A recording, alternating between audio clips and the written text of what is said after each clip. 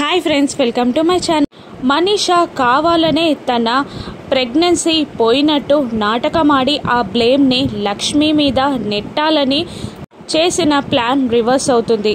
మనీషా కింద పడకుండా లక్ష్మి కాపాడడంతో దేవయాని చేసిన పనికి అరవింద దేవయానిని చెంపదెబ్బ కొడుతుంది. కానీ అరవింద మాత్రం టెన్షన్ నుండి ఫ్రీ అవ్వదు.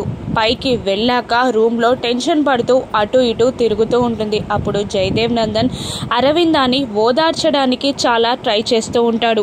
మిత్రకి ఏం కాదు అరవింద, నువ్వు టెన్షన్ పడకు, మనకు సొల్యూషన్ దొరుకుతుంది అని జయదేవ్ నందన్ అంటూ ఉండగా, ఎలా దొరుకుతుందండి?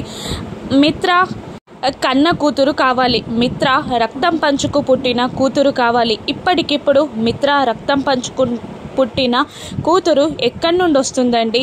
అసలే మిత్రకి ప్రాణగండం అండి.